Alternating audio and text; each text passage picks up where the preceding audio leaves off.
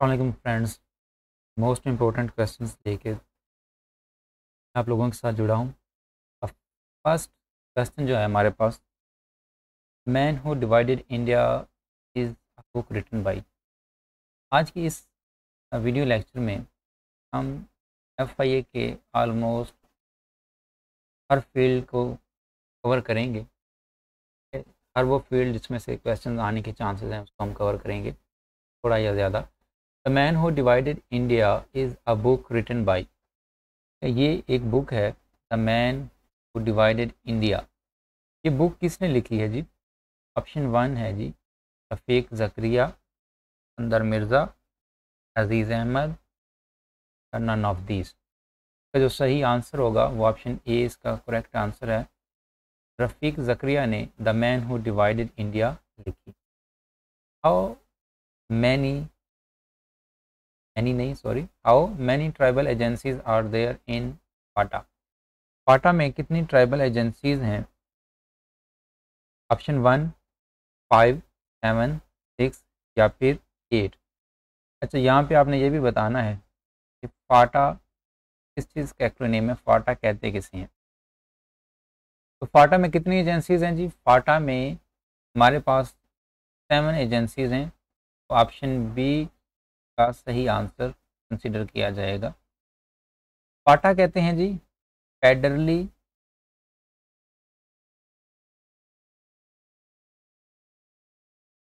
Federally administrative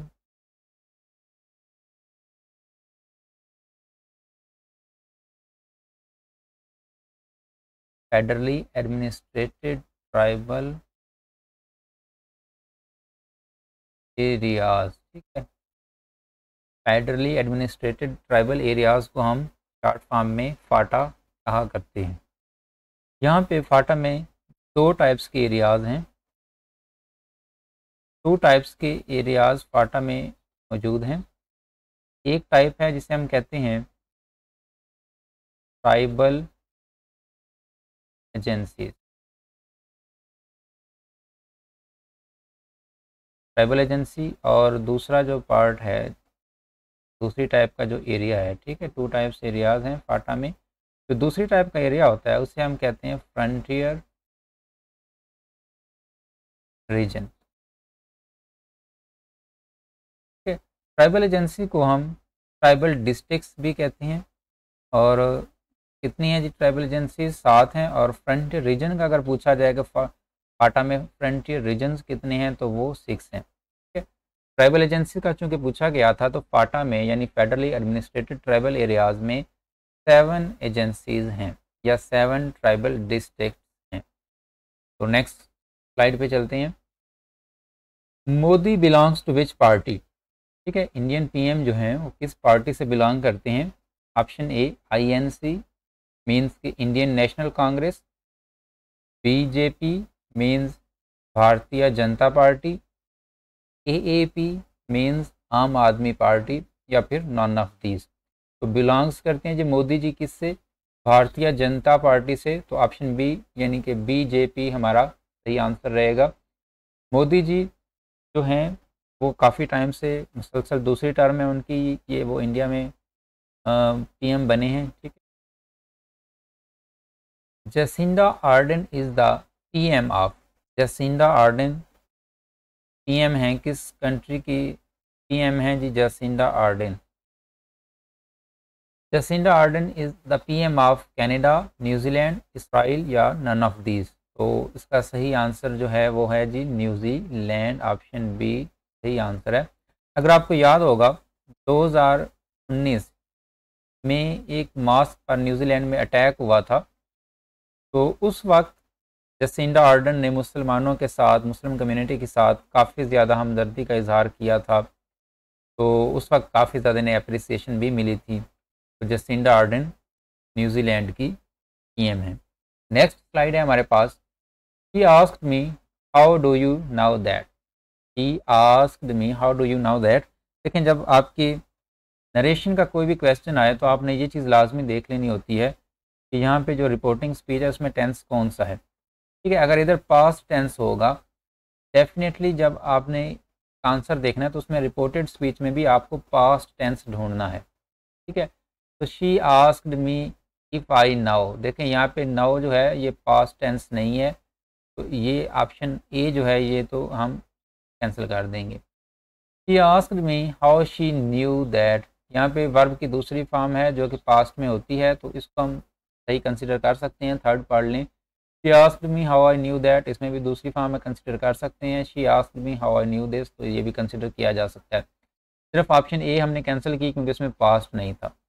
अच्छा अब देखें जी, आस्क्ड मी है, तो आस्क्ड मी के बाद आपने देखना है कि जो आपका रिपोर्टेड स्पीच यानी कि ये जो कोमास के अंदर वाला हिस्सा है इसमें किस तरह का सेंटेंस है। अगर तो सवालिया फ़िक्रा यानी कुछ पूछा गया है तो आपका जो इनडायरेक्ट सेंटेंस होगा उसमें या तो इफ़ या वेदर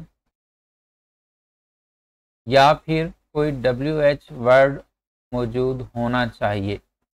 यहाँ पे ये भी याद रखिएगा, अगर इफ़ या वेदर हैं तो फिर WH वर्ड वहाँ पे नहीं आ सकता, यानी या तो इन दो में से कोई एक आप लफ्ज़ वहाँ पे यूज़ करोगे या फिर कोई WH वर्ड आएगा।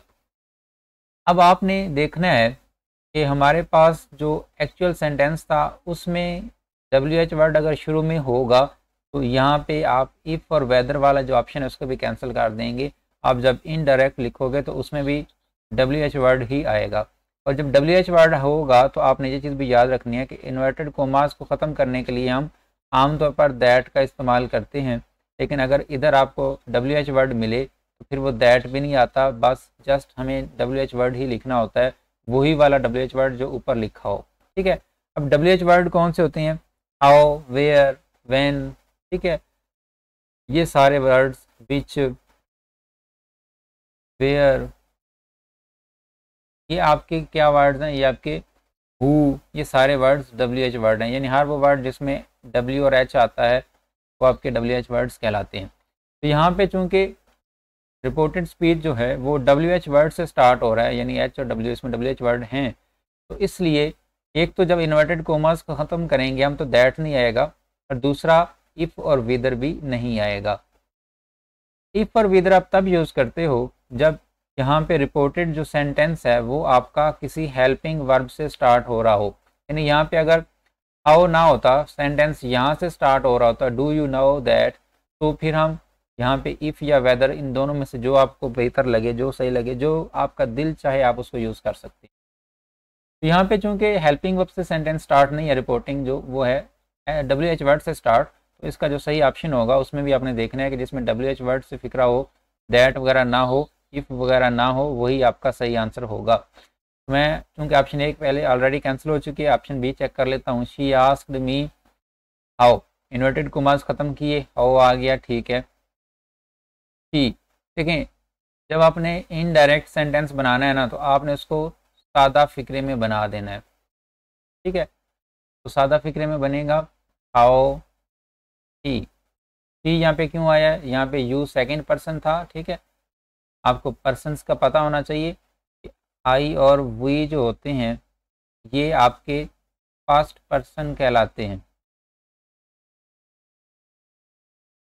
यू जो होता है ये हमारा सेकंड पर्सन कहलाता है, और बाकी जो सारे प्रोनाउन हैं ही, शी, इट, दे, वो आपके थर्ड पर्सन कहलाते हैं। अब जब आपका इधर रिपोर्टेड स्पीच में सेकंड पर्सन होगा तो उसको आपने चेंज करना होता है रिपोर्टिंग स्पीच के ऑब्जेक्ट के साथ। तो यहाँ पे इसका जो ऑब्जेक्ट है वो मी है, तो ये रिप्लेस होगा इसके साथ, यानी यू की जगह पे आपको मी की सब्जेक्टिव केस लिखनी है, तो मी की सब्जेक्टिव केस होती है आई। तो यहाँ पे चूँकि इसने शी लिख रखा है तो ये गलत हो जाएगा। यहाँ पे कोमास ख़त्म किए, हाउ लगाया, ठीक है, उसके बाद आई उसने लगाया है, इसको इसके साथ रिप्लेस किया आई, ठीक है। अब चूंकि हमें पास्ट है तो पास्ट का टेंस ही रखना है, तो यहाँ पे न्यू भी यूज़ किया हुआ है, ये भी ठीक है, दैट है तो दैट भी ठीक है। आखिरी जो है डी हमारे पास, she asked me how I knew this, इसमें फ़र्क यहाँ पे सिर्फ इतना है कि यहाँ पे दिस है और यहाँ पे दैट है। आपने इस चीज़ को याद रखना है कि दैट को दिस में चेंज हम कभी भी नहीं करते, दिस को दैट में चेंज करते हैं। अगर यहाँ पे दैट की जगह पे दिस होता तो मैं इसको दैट में चेंज कर देता, लेकिन दैट को दिस में चेंज नहीं करते, तो आपका ये जो ऑप्शन है ये भी कैंसिल हो जाएगा, क्या डी भी बी ऑलरेडी कैंसिल हो चुका है, ए भी कैंसिल हो चुका है, तो सही आंसर होगा she asked me how I knew that. उम्मीद करता हूँ आपको समझ आ गई होगी। उसके बाद है जी which mark is used for semicolon. Semicolon के लिए कौन सी मार्क यूज की जाती है? इसे हम क्वेश्चन मार्क कहते हैं। ठीक है, इसे हम क्या कहते हैं? इसे हम कहते हैं इंटरजेक्शन, इसे हम कहते हैं कोलन, और इसे हम कहते हैं सेमी कोलन। तो ये हमारी ऑप्शन जो डी है ये सही जवाब होगा, सेमी कोलन की ये वाली अलामत होती है कि एक फुल स्टॉप होता है और नीचे उसके कोमा लगाया जाता है। ठीक है, आपका ये सही आंसर होगा डी। नेक्स्ट स्लाइड पे चलते हैं जी। FBI is an investigation agency of. FBI कौन से मुल्क की इन्वेस्टिगेशन एजेंसी है? रशिया की, इंडिया की, अमेरिका की, या इनमें से किसी की भी नहीं। तो रशिया की जो एजेंसी होती है FBR, उसका नाम SVR है। इंडिया की इन्वेस्टिगेशन एजेंसी का नाम क्या है जी? CBI।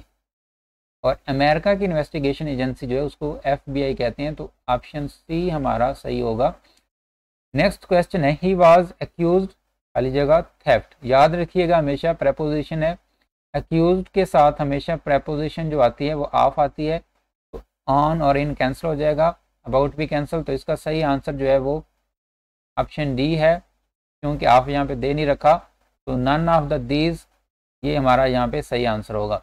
नेक्स्ट स्लाइड पे चलते हैं। Ranikot fort is situated in. Ranikot जो फोर्ट है वो कौन सी जगह पे वाक़या है? ठीक है, रानीकोट कहाँ पे वाक़या है? रानीकोट सिंध में वाक़या है जी। ऑप्शंस में उसने जगह का पूछा है, प्रोविंस का नहीं पूछा।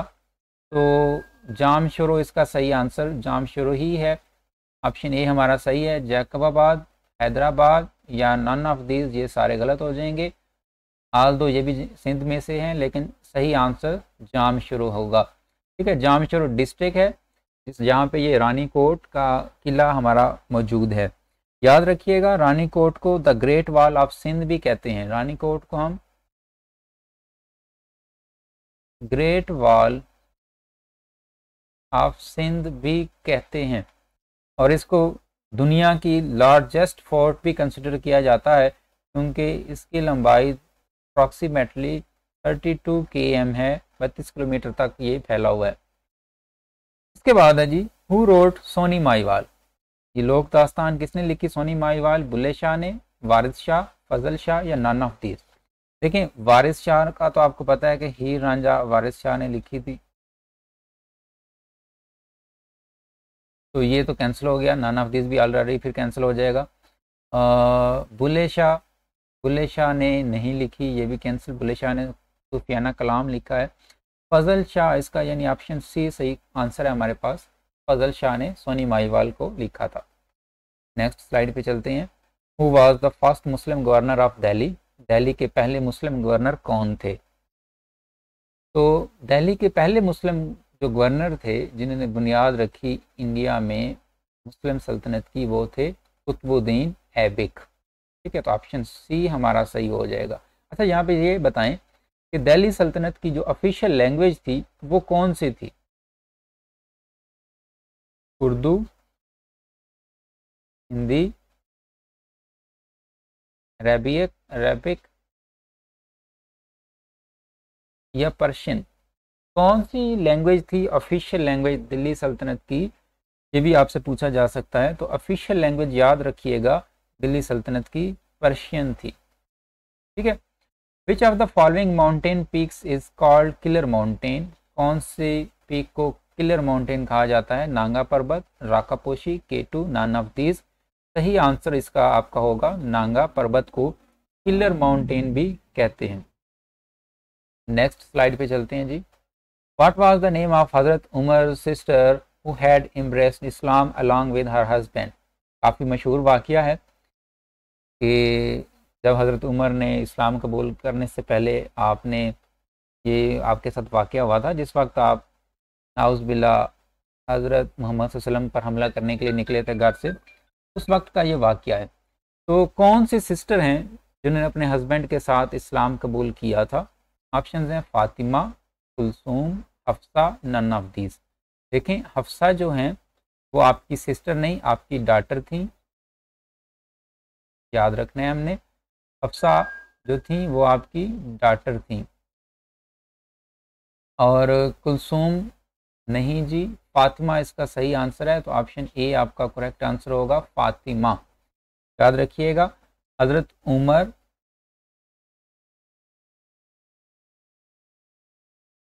और जैद, ये दो भाई थे, इनकी सिस्टर का नाम क्या था जी? फातिमा। फातिमा इन दो भाइयों की सिस्टर का नाम था।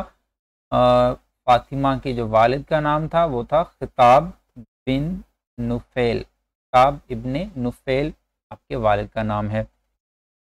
आपके हस्बैंड जो कि आपके साथ कुरान पढ़ रहे थे, उस वाक़ये जो आपने अगर वाक़या सुन रखा है, तो आपके हस्बैंड का क्या नाम था? अगर आपको पता है तो आप शेयर कीजिएगा जी।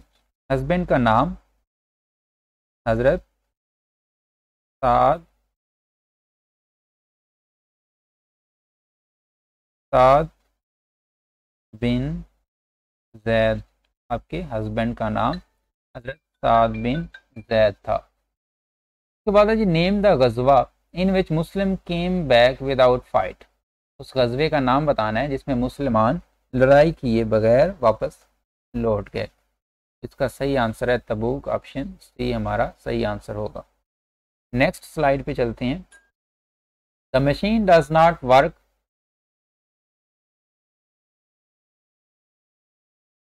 The machine does not work. Machine जो है वो क्या नहीं करती? काम नहीं करती। किस तरह से सही नहीं? मशीन वो कहना ये चाहता है कि मशीन काम सही नहीं करती।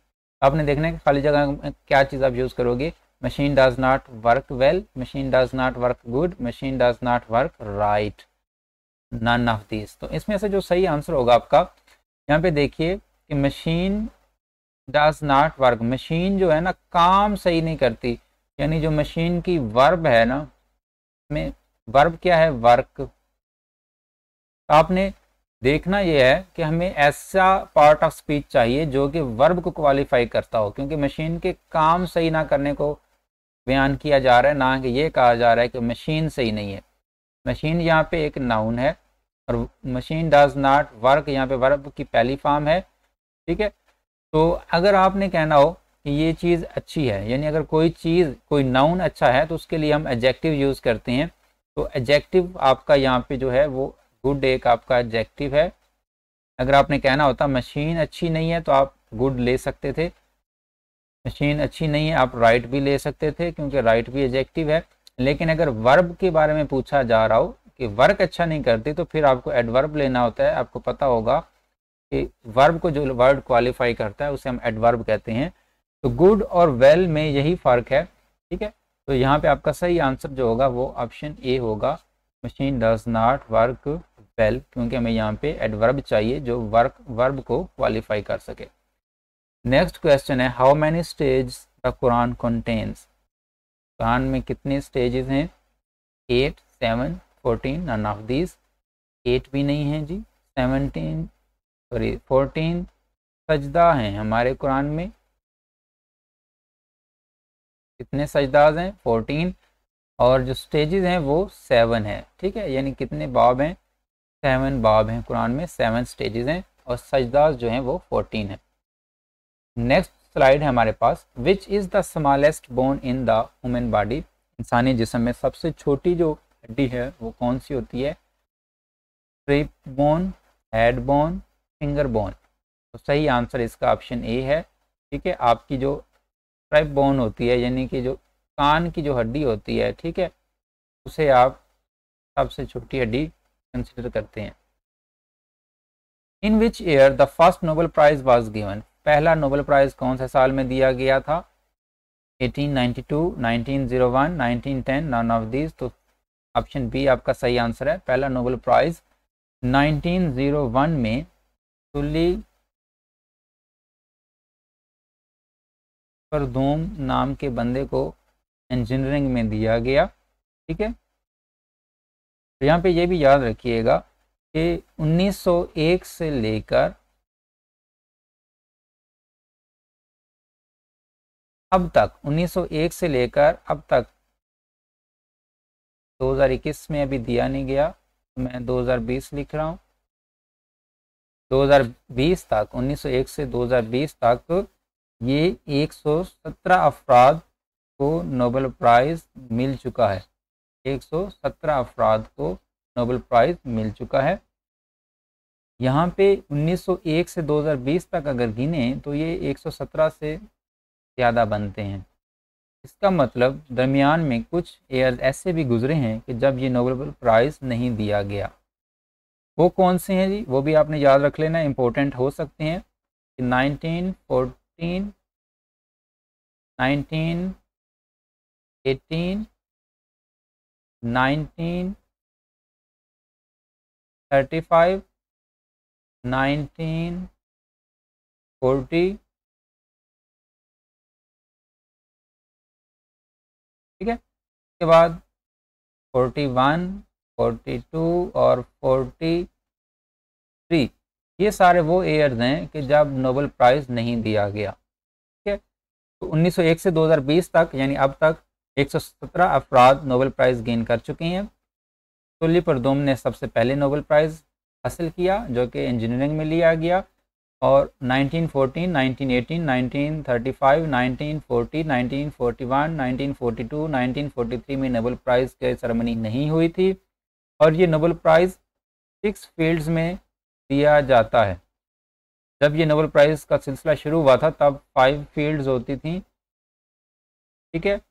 लेकिन इस वक्त 6 सब्जेक्ट्स में 6 कैटेगरी में नोबेल प्राइज़ दिया जाता है, और ये जो छठी कैटेगरी है ये 1969 में शामिल कर ली गई थी। नेक्स्ट स्लाइड पे चलते हैं जी। How many bones are there in a newly born infant. जब कोई बच्चा पैदा होता है तो उसमें कितनी हड्डियाँ होती हैं, लेकिन जो नॉर्मल इंसान जो नहीं, जब जंगर होता है, जो जंग होता है उसमें 206 हड्डियाँ होती हैं। बच्चे में जब पैदा होता है तो 300 हड्डियाँ होती हैं जो कि बाद में एक दूसरे के साथ मिल जाती हैं। तो बच्चा जो इन्फेंट होता है उसमें कितनी हड्डियाँ होती हैं जी, 300। The total length of line of control in Kashmir is about.